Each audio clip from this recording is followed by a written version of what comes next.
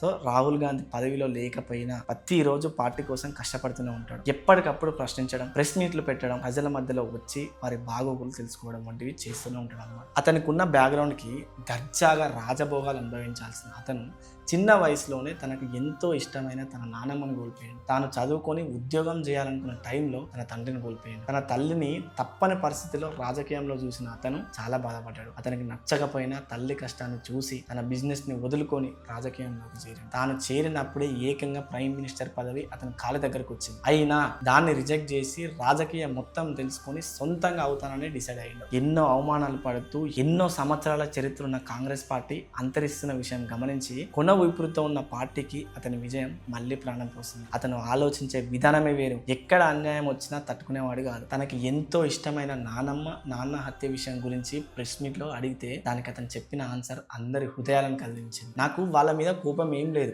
ఎవరి మీద చంపిన వాళ్ళ మీద. ఇష్టమైన వాళ్ళని కోల్పోతే ఆ బాధ ఎట్లుంటుందో నాకు తెలుసు. అందుకే ఎవ్వరు ఇలాంటి పని చెయ్యొద్దు, నేను వాళ్ళని క్షమిస్తున్నాను అని చెప్పింది అనమాట. అతని జీవితం మొత్తం బాధ మరియు ఎక్కువ ఓటమితోనే నిండిపోయింది. అప్పటి ప్రైమ్ మినిస్టర్ స్వయంగా రాహుల్ గారు ప్రైమ్ మినిస్టర్ కి అర్హుడు, నేను తప్పుకుంటాను అని చెప్పిన కూడా అయినా కానీ దాన్ని కూడా రాహుల్ గారు అస్సలు ఒప్పుకోలేదు. నేను ఏదైనా ప్రజల నుంచే గెలుచుకోవాలనుకుంటున్నా అని చెప్పిండు అనమాట. ఒకవేళ అతను ఆ అవకాశం ఉపయోగించుకొని ఉండుంటే అతని తండ్రి రికార్డ్ అయిన youngest prime minister of India అని కూడా తిరిగి రాసేవాడు. తాను చేసే మంచి పనులకి ఇప్పుడు కూడా అతనే పీఎం గా ఉండేవాడు అని చాలా మంది అంటున్నారు. అతను పదవి కోసం కాదు, ప్రజల కోసం బతుకుతున్నాడు. ఎందుకంటే అతను పదవే కావాలనుకుని ఉంటే ఎప్పుడో పెద్ద పదవిలో కూర్చునేవాడు. ఇప్పటి వరకు అవినీతి లేకుండా కేవలం మంచి మాత్రమే చేశాడన్న దానికి ప్రతి ఒక్కరూ ఒప్పుకోవాల్సిందే. రాజకీయంలోకి అనుకోకుండా వచ్చి ఎన్నో అవమానాలు పడి ఎందరో హృదయంలో చోటు దక్కించుకున్న మన యువరాజు ఈసారి వచ్చే ఎలక్షన్స్ లో తాను అనుకున్నది ఖచ్చితంగా సాధించాలని మనం మనస్ఫూర్తిగా కోరుకుందాం. సో మీరేమంటారు? రాహుల్ గాంధీ గారి స్టోరీ మీకు ఇన్స్పైరింగ్ అనిపిస్తే ఒక్కసారి మీ ఒపీనియన్ కింద కామెంట్ చేయండి. అండ్